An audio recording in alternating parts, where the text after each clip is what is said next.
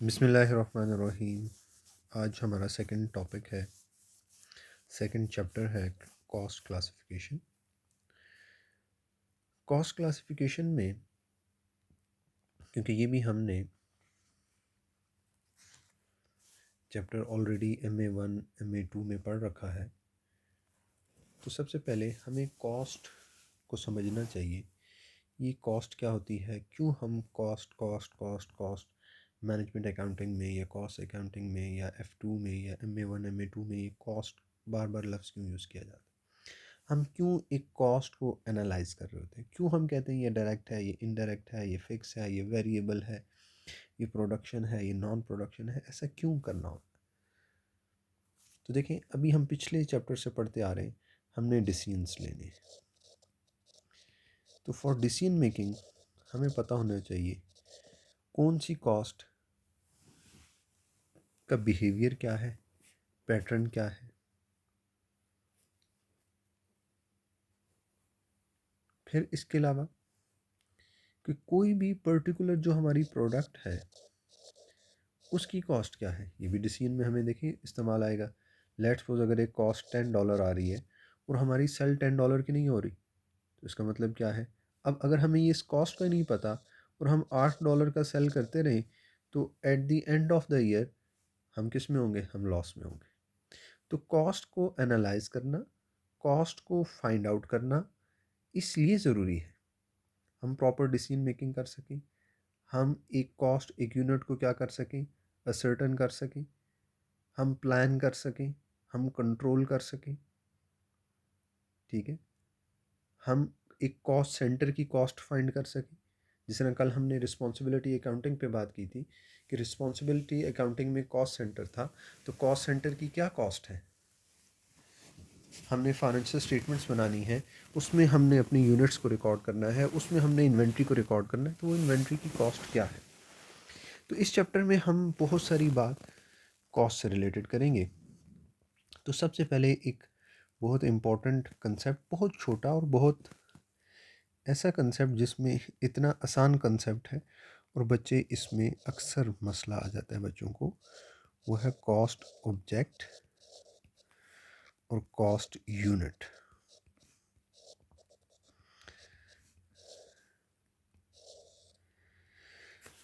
तो cost object क्या है, याद रखो, एक लफ्ज़ से बात याद रखें, ये कोई एक्टिविटी है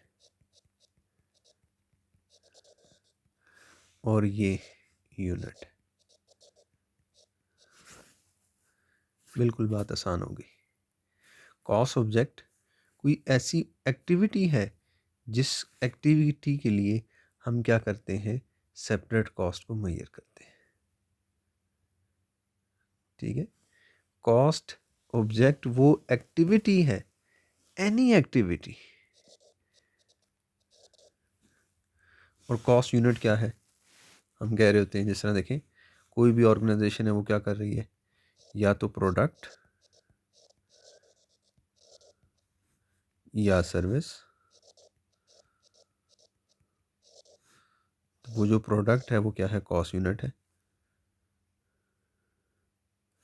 और सर्विस अगर हम दे रहे हैं तो जो सर्विस दे रहे हैं उसकी जो कॉस्ट है। ठीक है,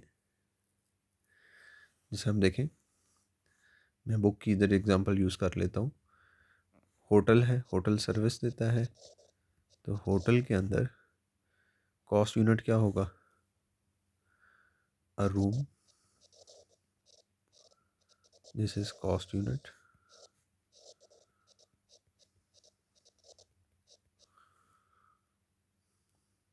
ठीक है, अब हॉस्पिटल है, हॉस्पिटल में पेशेंट,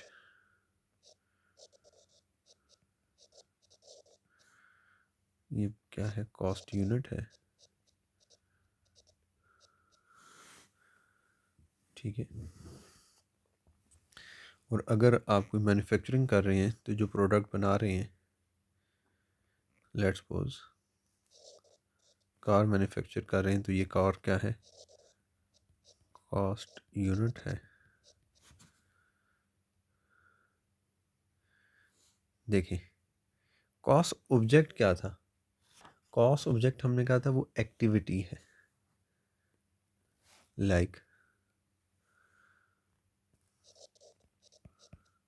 कॉस्ट ऑफ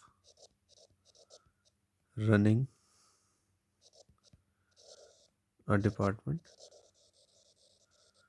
ऐसी कोई भी एक्टिविटी जिसके लिए आप कॉस्ट सेपरेट मेजरमेंट करते हैं कॉस्ट की, cost of running an office, cost of a product, आप एक प्रोडक्ट की अलग से कॉस्ट फाइंड करते हैं, cost of a service, cost of a product, cost of a service is a cost object, and वो जो प्रोडक्ट है इटसेल्फ वो कॉस्ट यूनिट है, वो जो सर्विस है वो कॉस्ट यूनिट है। समझ आ रही है बात? तो कॉस्ट ऑब्जेक्ट और कॉस्ट यूनिट में आपको फ़र्क पता होना चाहिए। फिर इसके बाद नेक्स्ट कंसेप्ट है कॉस्ट सेंटर्स। ऑलरेडी हम डिस्कस कर चुके हैं। कॉस्ट सेंटर वो प्रोडक्शन हो सकता है, कॉस्ट सेंटर्स क्या होते हैं, is a production, service, location, function, activity जिसके लिए हम कॉस्ट असर्टन करते हैं। मतलब वो कोई भी डिपार्टमेंट हो सकता है, वो मशीन हो सकती है,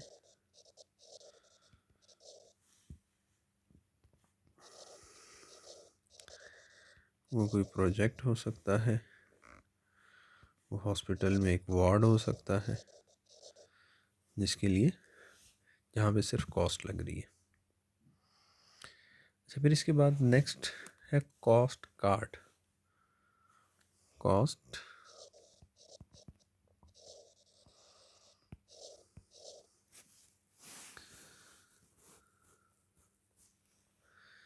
देखिए आपने बचपन से एक कार्ड देखा होगा, रिजल्ट कार्ड। उस पर क्या होता था, आपकी परफॉर्मेंस आ रही होती थी, किस सब्जेक्ट में आपने क्या स्कोर किया, कैसा परफॉर्म किया। तो ये जो कॉस्ट कार्ड है इस सारी में क्या आएगी, कॉस्ट आएगी। कैसे कि जी डायरेक्ट मटेरियल कितना है, डायरेक्ट लेबर कितना है, डायरेक्ट एक्सपेंसेस कितने हैं, तमाम direct material, direct labour,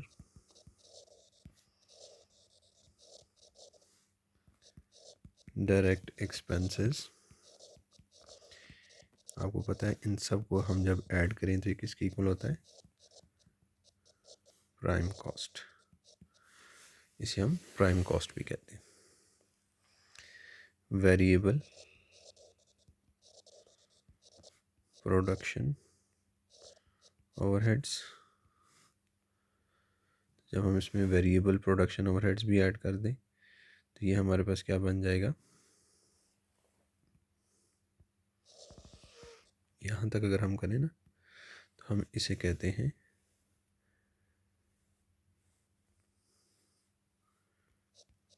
total variable या मार्जिनल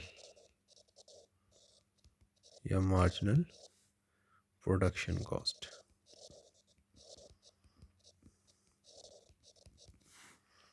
ठीक है। फिर इसके अलावा इसमें हम क्या ऐड करते हैं, फिक्स्ड प्रोडक्शन ओवरहेड्स। जब हम इसमें फिक्स प्रोडक्शन ओवरहेड भी ऐड कर दें तो अब ये क्या बनेगा, अब यहाँ से यहाँ तक ये सारी कॉस्ट कहलाती है। अब ये कहलाएगी टोटल प्रोडक्शन कॉस्ट। अच्छा, साथ एक लफ्ज़ लिख रहा हूँ ताकि आपको आगे चल के भी ये बात समझ आ जाए। इसे हम अब्जॉर्प्शन कॉस्ट भी कहते हैं, क्योंकि अब्जॉर्प्शन कॉस्ट के अंदर फिक्स प्रोडक्शन ओवरहेड्स भी शामिल होते हैं और मार्जिनल के अंदर ऑल वेरिएबल होते हैं। ठीक है, तो ये तमाम कॉस्ट किसका पार्ट बनती हैं? कॉस्ट कार्ड का। और भी कोई कॉस्ट आती है? जी जी बिल्कुल, और भी आती है। वो कौन सी है? Non production. अब आगे चल के हम ये भी देखेंगे, ये जो हम लिख रहे हैं non production, production, variable, fix, ये क्या चीज़ें हैं? Non production overheads. अब याद रखें, अगर हम इन सब को अब ऐड कर दें, यहाँ से लेके और यहाँ तक ये सारा आ जाए, इसे हम कहते हैं टोटल कॉस्ट। तो अब इस चैप्टर में हम पढ़ेंगे, देखें, डायरेक्ट मटेरियल के लिए हम क्या करेंगे, फुल एक चैप्टर पढ़ेंगे। डायरेक्ट लेबर का एक पूरा हम चैप्टर पढ़ेंगे। मटेरियल, अकाउंटिंग फॉर मटेरियल पढ़ेंगे, जिसमें डायरेक्ट भी होगा, इनडायरेक्ट भी होगा। डायरेक्ट लेबर भी इसी तरह हम पूरा लेबर का एक चैप्टर पढ़ेंगे, जिसमें डायरेक्ट लेबर, इनडायरेक्ट लेबर भी शामिल होगा। इसी तरह फिर हम एक्सपेंसेस के ऊपर और ओवरहेड्स के ऊपर। तो ये हमारे 3 से 4 चैप्टर्स हैं। हमने तो यहाँ पे एक कॉस्ट कार्ड की डेफिनेशन ली। तो ये कॉस्ट कार्ड क्या होता है? ये एक ब्रेक डाउन शो कर रहा है कि टोटल कॉस्ट जो है वो किस तरह से आई है। तो अब आपको पता चल रहा होगा कि किस चीज़ को मैनेज करना है, कौन सी चीज़ ज़्यादा लग रही है। क्या हमारे फिक्स ओवरहेड ज़्यादा हैं? क्या हमारे नॉन प्रोडक्शन कॉस्ट ज़्यादा आ रही है? मटेरियल या लेबर ज़्यादा लग रहा है? किस चीज़ को हमने कंट्रोल करना है? ठीक है, इस कार्ड को हम क्या कहेंगे? Cost card.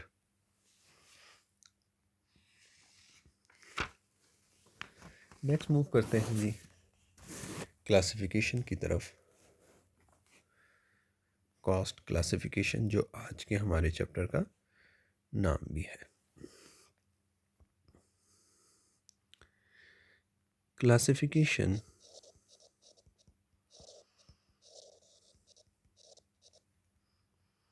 Bye elements.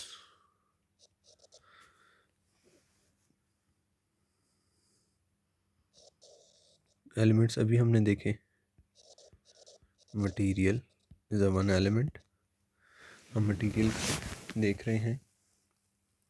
Labour is another element. इसी तरह एक्सपेंसेस,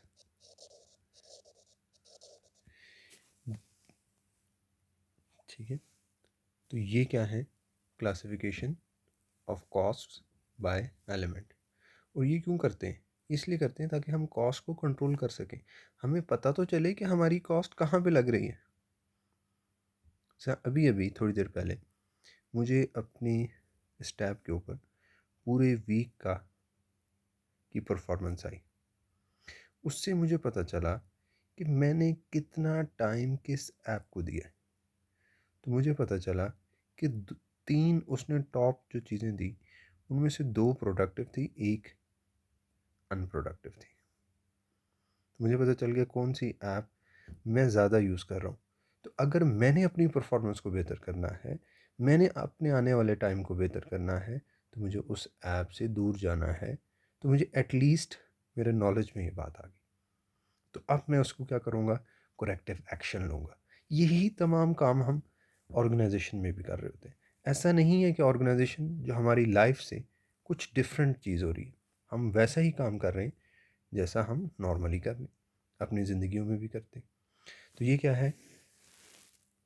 क्लासिफिकेशन बाय एलिमेंट्स। फिर दूसरी होती है जी क्लासिफिकेशन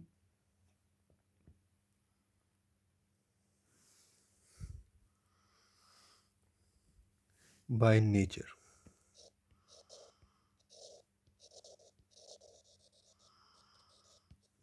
क्लासिफिकेशन बाय नेचर।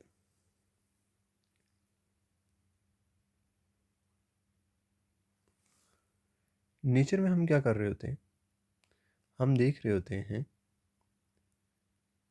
कि इसकी नेचर क्या है। मतलब क्या ये डायरेक्ट है,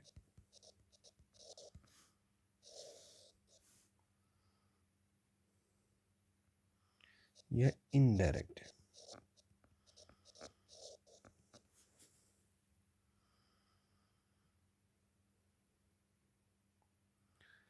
और याद रखो ये जो इनडायरेक्ट कॉस्ट है इसको हम कहते हैं ओवरहेड्स।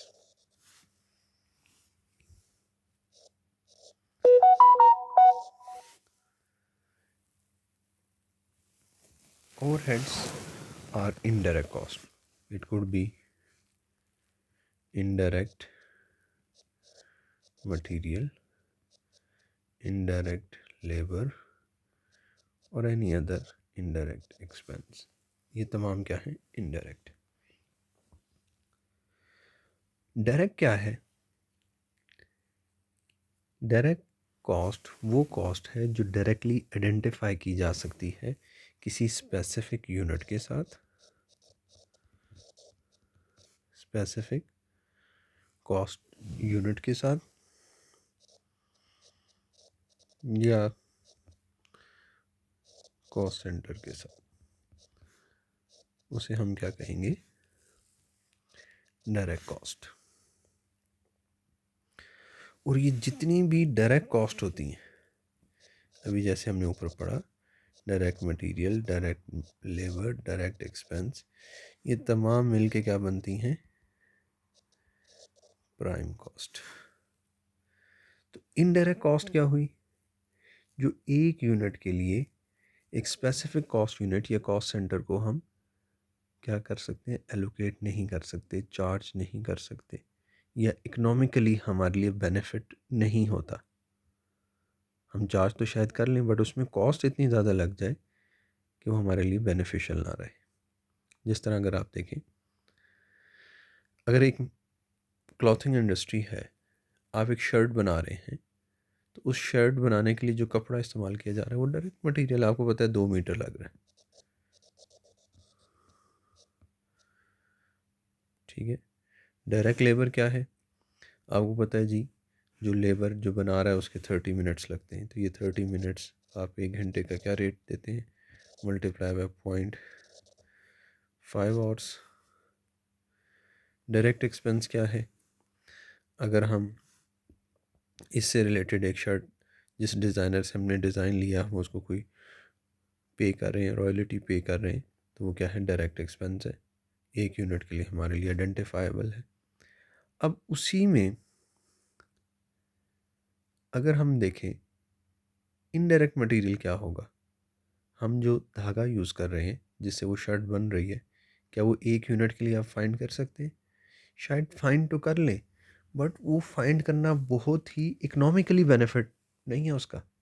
मतलब अगर आपने 10 रुपए की 10 रुपए का उसमें टोटल आपने नल की ली और उसमें से वो हाफ़ इस्तेमाल हुई या कभी ज़्यादा हुई या कभी कम हुई, तो आपने देखा कि 2 रुपये, 4 रुपये, 5 रुपये उसे फाइंड करना ही, अब एक बंदा बैठ के धागा देखता रहे कि कितना एक एक शर्ट पे लग रहा है, तो ये क्या है? इकोनॉमिकली ठीक नहीं है, बेनिफिट नहीं दे रहा। तो इसका मतलब वो जो धागा लग रहा है तो वो भी मटेरियल है, बट वो कौन सा है? इनडायरेक्ट मटेरियल है। इसी तरह वहाँ पे एक सुपरवाइज़र है जो सारे शर्ट मेकर्स को क्या कर रहा है? सुपरवाइज़ कर रहा है, देख रहा है। वो खुद तो नहीं बना रहा। अगर 10 लोग काम कर रहे थे तो वो 10 को देख रहा है, 12 बैठे हुए तो वो 12 को देख रहा है, 2 उठ के चले गए वो अब 8 को देख रहा है। तो अब वो एक यूनिट पे उसकी क्या कॉस्ट आ रही है? तो वो आइडेंटिफाइबल नहीं। हाँ, जो खुद अपने हाथ से मशीन चला रहा है, जो खुद काम कर रहा है, तो वो तो आइडेंटिफाइबल है, बट वो सुपरवाइज़र की कॉस्ट आइडेंटिफाइबल नहीं। ठीक है। और इसी तरह इनडायरेक्ट एक्सपेंस की बात करें तो वो जो रेंट हम पे कर रहे हैं, फैक्ट्री रेंट जो है, वो क्या है? इनडायरेक्ट एक्सपेंस है, डायरेक्टली इन्वॉल्व तो नहीं है, तो वो क्या कहलाएगा? ओवरहेड कहलाएगा। फिर इसके बाद क्लासिफिकेशन की जाएगी बाय फंक्शन। क्लासिफिकेशन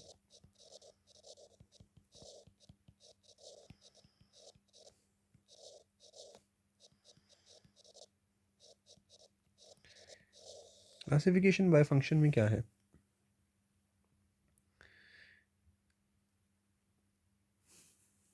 कि देखें, हम इसमें देखेंगे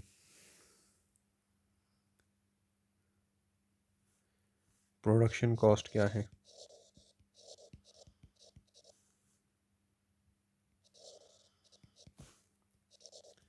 नॉन प्रोडक्शन क्या है,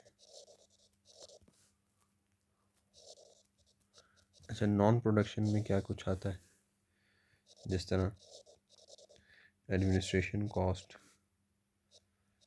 सेलिंग कॉस्ट, तो ये प्रोडक्शन रिलेटेड तो नहीं है ना। इसी तरह डिस्ट्रीब्यूशन कॉस्ट,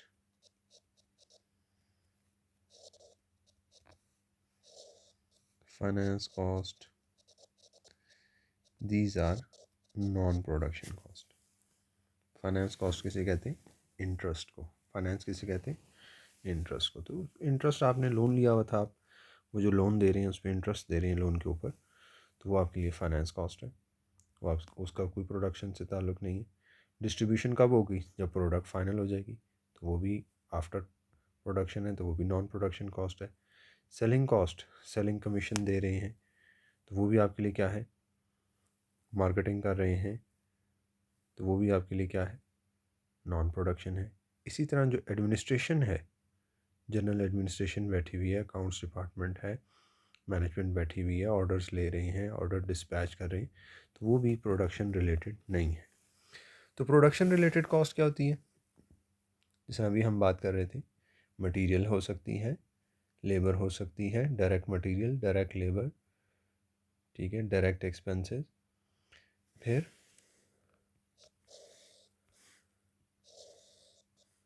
ओवरहेड्स भी।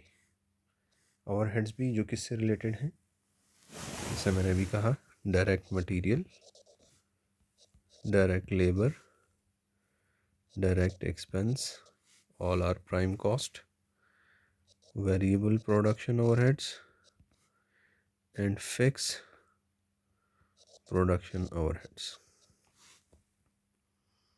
ठीक है। अब जिस तरह देखो, इलेक्ट्रिसिटी है, तो प्रोडक्शन में इन्वॉल्व है कि नहीं है, फिक्स प्रोडक्शन ओवरहेड्स है, रेंट है, फिक्स है, डायरेक्टली इन्वॉल्व नहीं है, बट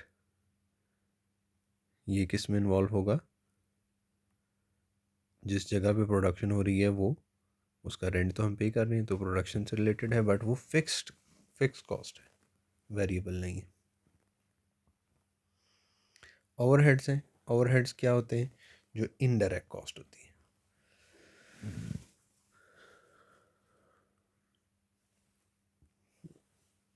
तो ये तो हमारी थी cost by function.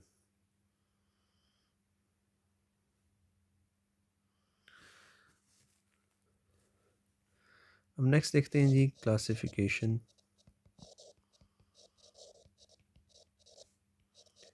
By behaviour.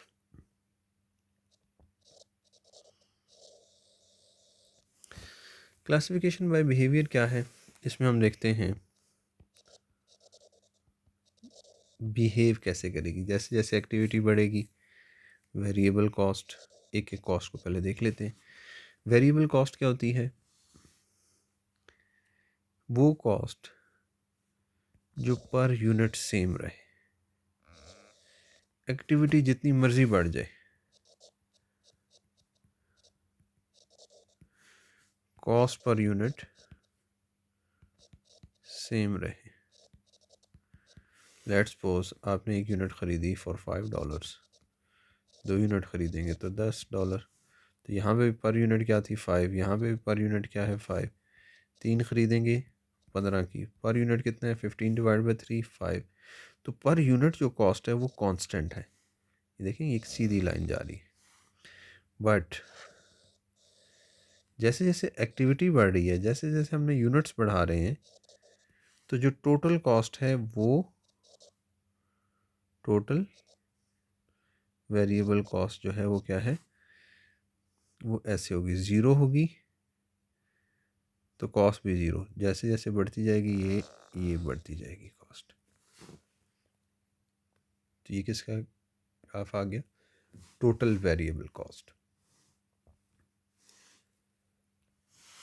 तो अगर लेवल ऑफ एक्टिविटी ज़ीरो है तो टोटल कॉस्ट भी ज़ीरो है।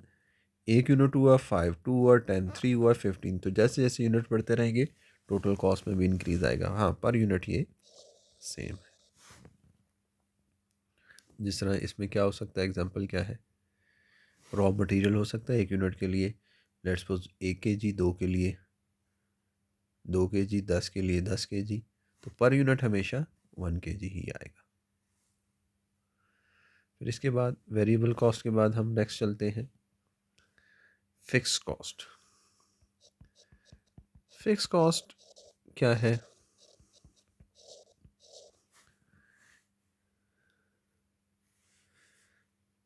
ग्राफ भी बना लेते हैं। एक्टिविटी और fix cost per unit. Activity, fix cost, total. तो याद रखो फिक्स कॉस्ट जो टोटल होती है, जो मर्जी लेवल ऑफ एक्टिविटी हो वो सेम रहता है। और per unit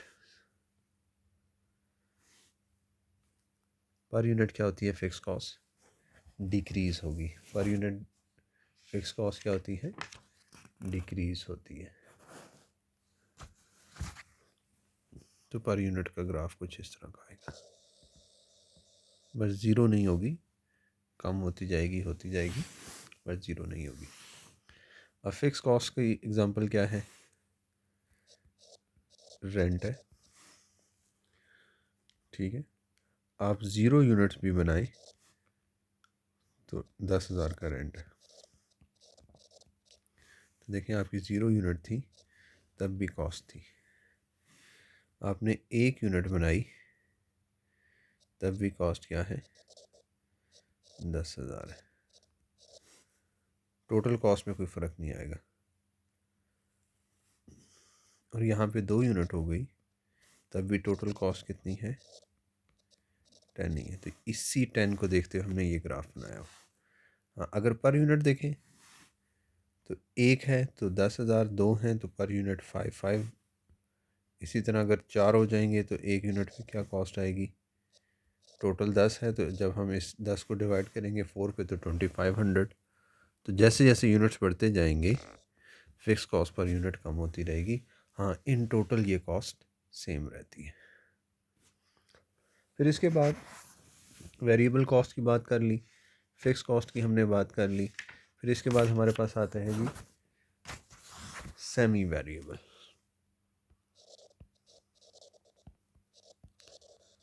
semi variable cost क्या है? ऐसी कॉस्ट जिसमें fixed and variable both elements हों, उसे हम क्या कहते हैं? Semi variable. इसका ग्राफ कैसे बनेगा?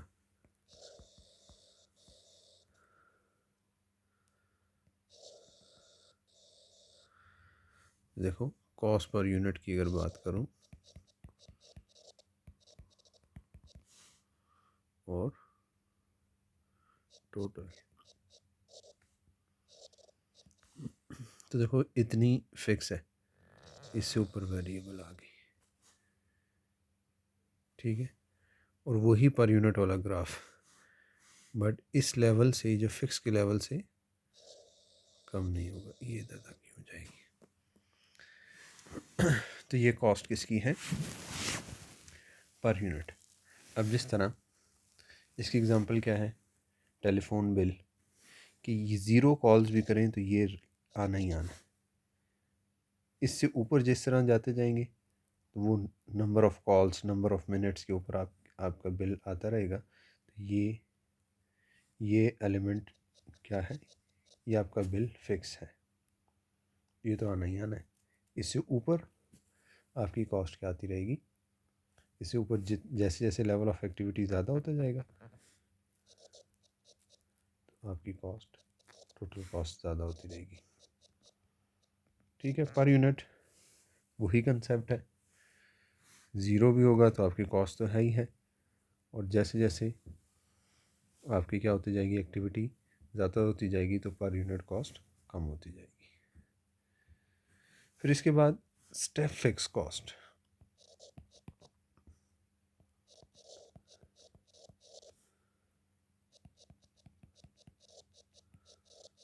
स्टेप फिक्स कॉस्ट क्या होती है? ये ऐसी कॉस्ट है जो एक ख़ास स्टेप तक क्या रहती है, ये एक्टिविटी आ गई,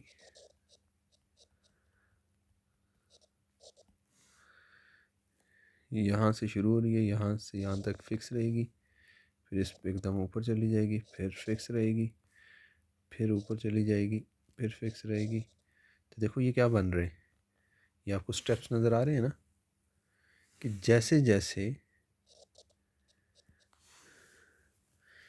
एक ख़ास लेवल तक फिक्स, फिर उसके बाद एकदम से इंक्रीज़, फिर फिक्स, फिर एकदम से इंक्रीज़, फिर फिक्स, फिर वो टाइम गुजर गया, फिर इंक्रीज़। ये इस तरह का पैटर्न होगा। तो ये कॉस्ट कौन सी होती है? Step fix cost. जिस तरह देखें, आपने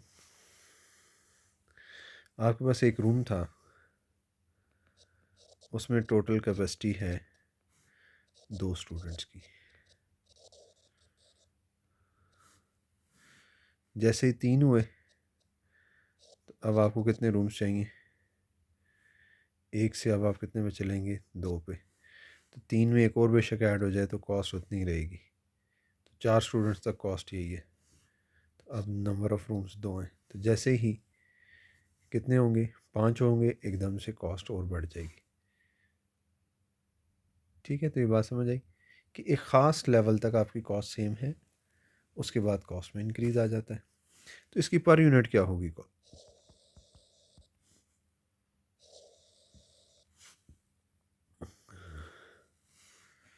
एक्टिविटी कॉस्ट पर यूनिट।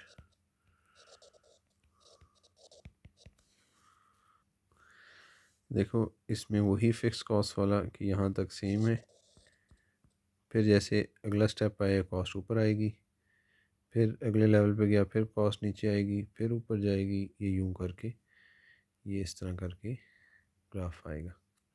ये पर यूनिट है। ठीक है, आपको ये ईसीजी नज़र आ रही होगी कि एकदम से जैसे ही स्टेप नीचे आती आती आती कॉस्ट, नेक्स्ट स्टेप आएगा ऊपर जाएगी, फिर नीचे आएगी, फिर ऊपर जाएगी। तो इस तरह करके हम कॉस्ट निकाल सकते हैं। जिस तरह देखें, हमने भी एग्जांपल ली थी, 2 स्टूडेंट्स हैं, एक स्टूडेंट कॉस्ट 1000, 2 स्टूडेंट कॉस्ट 1000। यहाँ पे पर यूनिट भी साथ लिख लेता हूँ, पर यूनिट 1000, पर यूनिट पर स्टूडेंट 500। ठीक है, ये टोटल है। तो दो लोगों पे कितनी हो जाएगी? तो एक पे कितनी आ जाएगी? 1000। जैसे 2 होंगे तो एकदम किस पे आ जाएगा? 500 के ऊपर।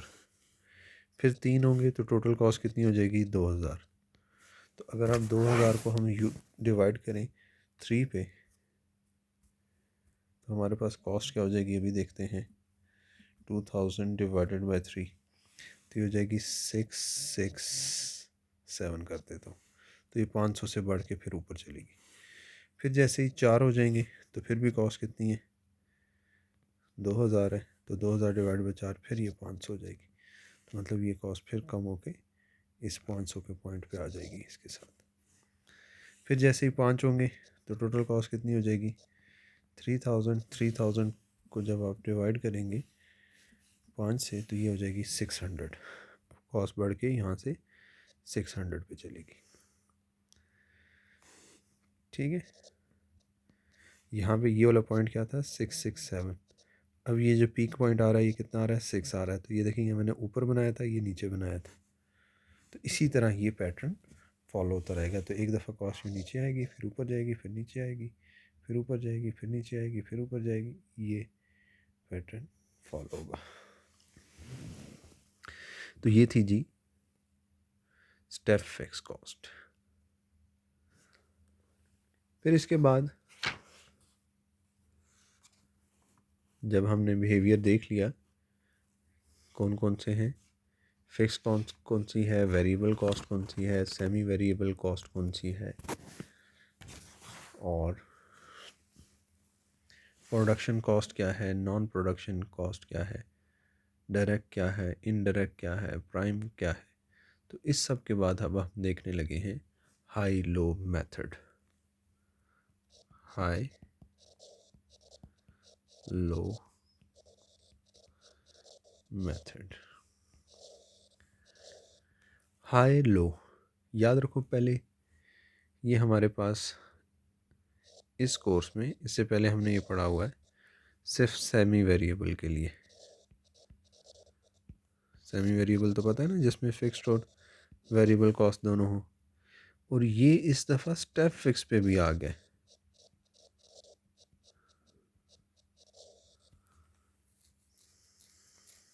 ठीक है, तो हाई लो क्या करता है, ये अगर हमने स्प्लिट करना हो, सेमी वेरिएबल है जिसमें फिक्स्ड और वेरिएबल दोनों हैं, अगर हमने कॉस्ट को अलग-अलग करना हो तो हम क्या करेंगे, हम हाई लो मेथड यूज़ कर लेंगे। ठीक है, तो इसका कंसेप्ट क्या है, ये कंसेप्ट कहता है जब भी आपने variable cost per unit find करनी हो तो आप ऐसे फाइंड कर सकते हैं। मैं बात कर रहा हूँ सेमी वेरिएबल की, cost at high level of activity less cost at low level of activity divided by high level units minus low level units. तो हमारे पास वेरिएबल कॉस्ट आ गई। तो जब वेरिएबल कॉस्ट आ जाती है ना पर यूनिट, देखो वेरिएबल कॉस्ट पर यूनिट आ गई, मल्टीप्लाई करें नंबर ऑफ यूनिट से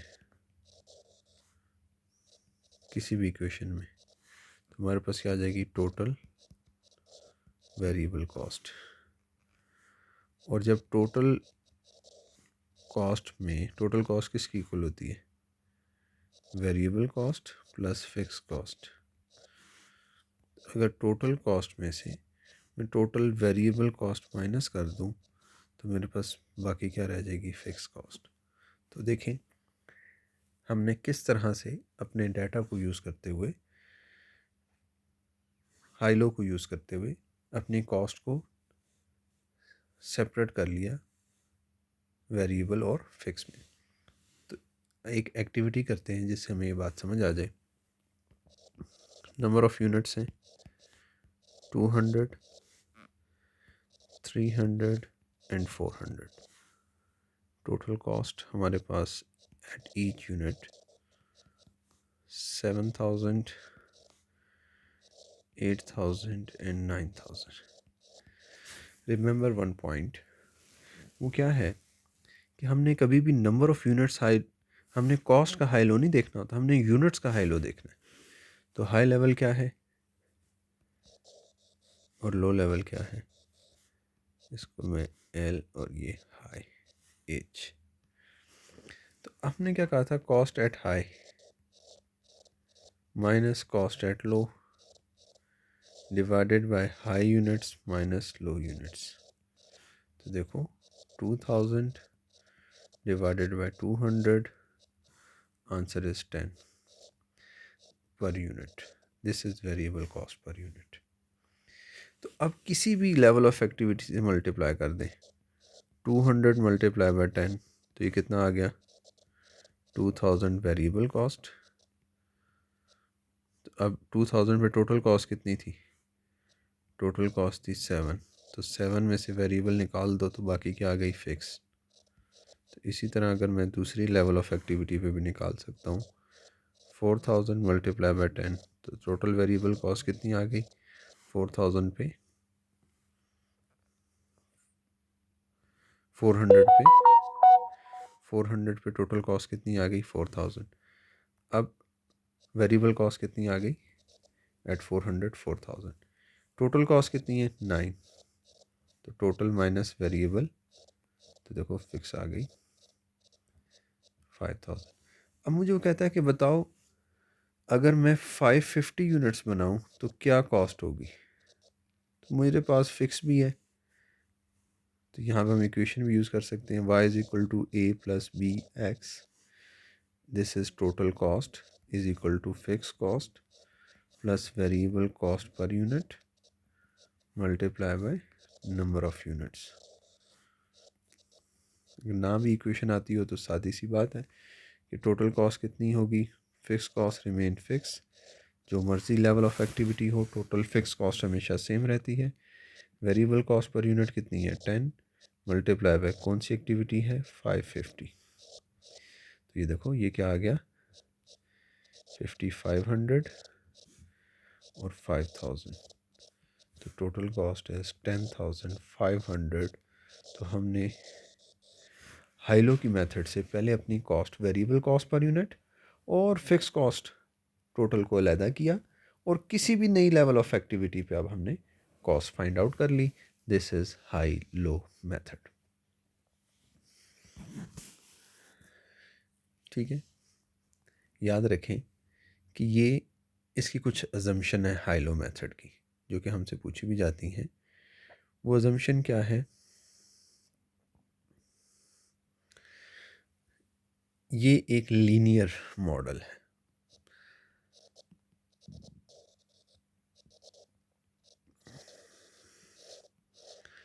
ये कहता है जो कॉस्ट में इंक्रीज आ रहा है, जो कॉस्ट बढ़ रही है या कम हो रही है, तो उसकी एक ही रीज़न है, वो क्या है एक्टिविटी।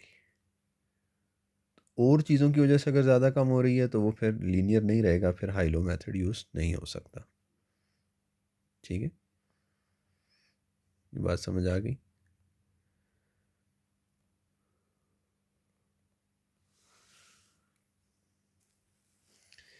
अच्छा, अब जो हमारे पेपर में हाई लो मेथड से पूछा जाता है, एक तो मैंने कहा थ्योरेटिकली भी पूछा जाता है, दूसरा जो है हाई लो मेथड जो है स्टेप फिक्स कॉस्ट में कैसे यूज़ करना है।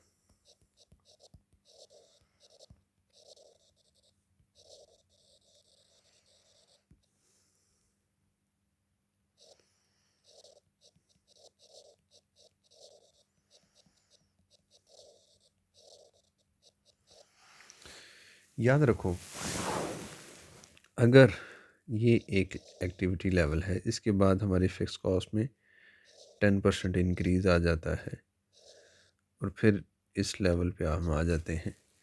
तो अगर अब आप देखें कि यहाँ पे लो लेवल है और इधर हाई लेवल आ रहा है, तो ये जो फ़िक्स कॉस्ट में इंक्रीज़ आ रहा है ना, अब ये प्रॉब्लम है हाई लो के लिए।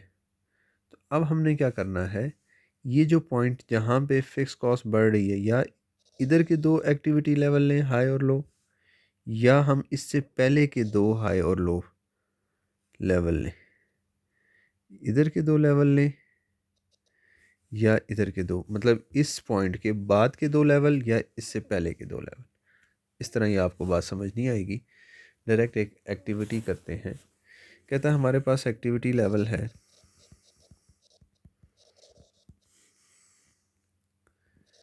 4000, 6000 एंड 7500। टोटल कॉस्ट है 40,800, 50,000 एंड 54,800। कहता है variable cost is constant with in the activity range. कहता है वेरिएबल कॉस्ट में कोई चेंज नहीं है। कहता है step up of 10% in total fix cost when activity level exceed 5500 units. कहता है जब 5500 यूनिट से हम क्या करेंगे, एक्सीड करेंगे, तो there is an increase of 10% in fix cost. अब देखो, मैंने ये जिस तरह एग्जांपल ली थी, मैंने कहा था या तो आप 5500 के बाद के दो लेंगे या इससे पहले के दो लेंगे।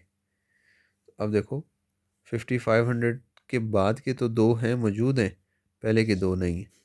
तो इसका मतलब क्या है, और हमसे रिक्वायर क्या कर रहा है, 5000 यूनिट्स की पे टोटल कॉस्ट निकालो। What is the total cost at this level. अभी देख लेते हैं। अब हमारे लिए 55 स्टेप फिक्स कॉस्ट है, तो अब 55 के बाद की दोनों एक्टिविटीज़ लेनी। तो हाई लेवल ऑफ यूनिट्स कितने आ गए, cost at high. Now this is high and this is low. क्यों? क्योंकि ये आ गया था स्टेप फिक्स कॉस्ट, अदरवाइज ये ना होता तो हाई 75 ही था, लो क्या हो जाता 4000 हो जाता। तो 54,800 minus 50,000 divided by high minus low units, तो 1500 में डायरेक्ट लिख रहा हूँ, तो 4800 divided by 1500. So what is the variable cost? It's 3.2. Variable cost is 3.2. तो हमने कहा था किसी भी लेवल ऑफ एक्टिविटी से हम फिक्स कॉस्ट निकाल सकते हैं। तो हम लेते हैं 6000 एक्टिविटी, 6000 मल्टीप्लाई बाय 3.2, चेक करें क्या आ रहा है। 6000 मल्टीप्लाई बाय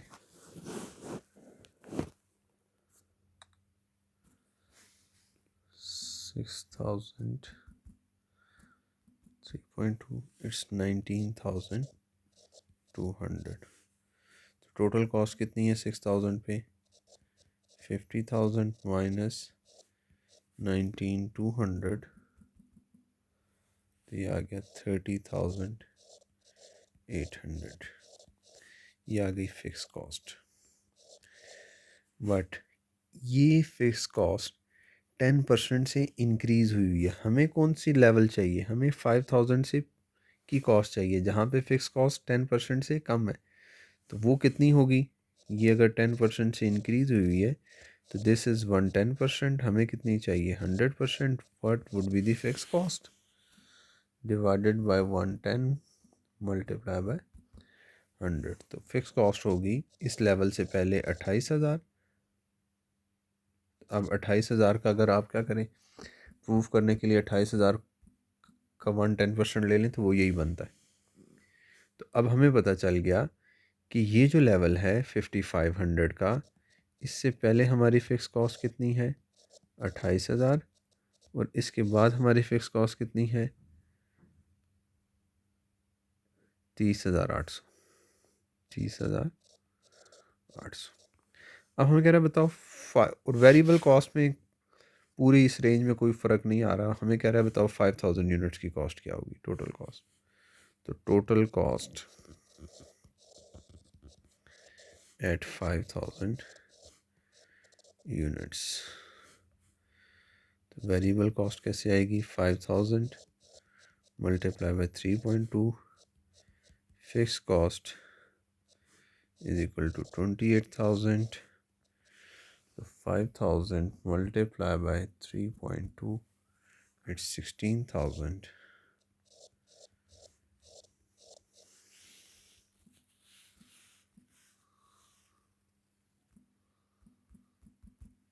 तो आपके पास आंसर आ गया 44,000। तो देखें मैं फिर आपको बता दूं, हम हमेशा हाई लो एक्टिविटी से देखते हैं। स्टेप फिक्स कॉस्ट में अगर वो कहता है कि फ़िक्स कॉस्ट या वेरिएबल कॉस्ट में कोई चेंज आ रही है तो वो चेंज से पहले की 2 एक्टिविटी लो या उसके बाद की लो। ठीक है, अगर हमें पहले की 2 एक्टिविटीज़ दी जाती और बाद का कोई 7,000 यूनिट की कॉस्ट निकाल रहा होता तो हम उसी फिक्स कॉस्ट को क्या कर देते 10% से इंक्रीज़ कर देते। अभी क्योंकि हमें बाद की 2 एक्टिविटीज़ थी तो हमने फ़िक्स कॉस्ट को क्या किया है कम किया है। पहले की होती और बाद का पूछ रहा होता तो हम फिक्स कॉस्ट को इंक्रीज़ कर देते। तो इसकी आप प्रैक्टिस करेंगे तो ये ज़्यादा बेहतर भी आपको समझ आएगा, और हम जब इसकी हाई लो के क्वेश्चंस भी करेंगे तो उसमें भी हमें ये बात समझ आ जाएगी कि किस तरह से वेरिएबल कॉस्ट या किसके अंदर चेंज आ जाए, फिक्स कॉस्ट में चेंज आ जाए तो हम उसको किस तरह से इनकॉर्पोरेट करते हैं। इसके बाद चैप्टर सेकंड में लास्ट में कुछ कोड्स की बात की गई है। अगेन हमने पढ़े हुए हैं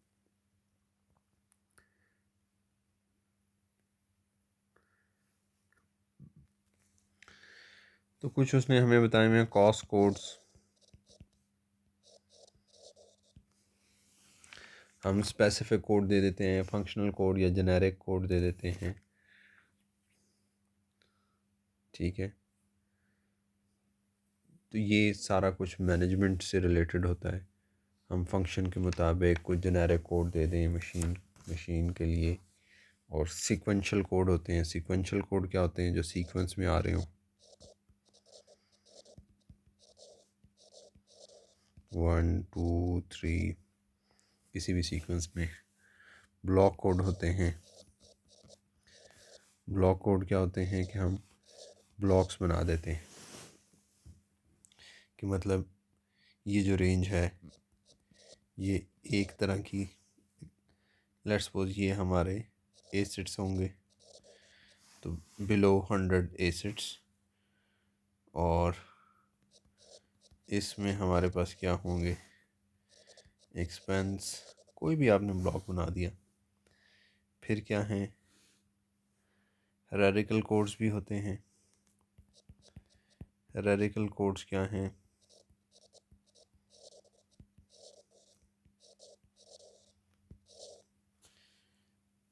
जिसमें हम सब कोड यूज़ कर रहे होते हैं।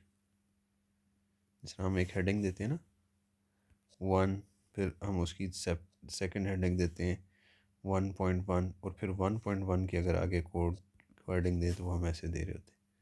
फिर इसी की अगर हमने दूसरी हेडिंग देनी हो हम ऐसे दे देंगे। ये क्या है कि एक कैटेगरी को कि सब कैटेगरी और सब कैटेगरी की फर्दर सब कैटेगरी, तो ये क्या है, ये हायरार्की नज़र आपको आ रही है। तो सबसे टॉप पे क्या है, 1, तो 1 का पहली हेडिंग है 1.1, तो फिर ये इसकी सब हेडिंग है, ये इसकी सब हेडिंग है। फिर अगर हम 1.2 कहेंगे तो 1.2 इसकी सब हेडिंग है, तो ये फिर इसके नीचे और 1.2.1, 1.2.2, ठीक है। अक्सर आप बुक्स पढ़ रहे होते हैं या कोई ऐसा वो कर रहे हो,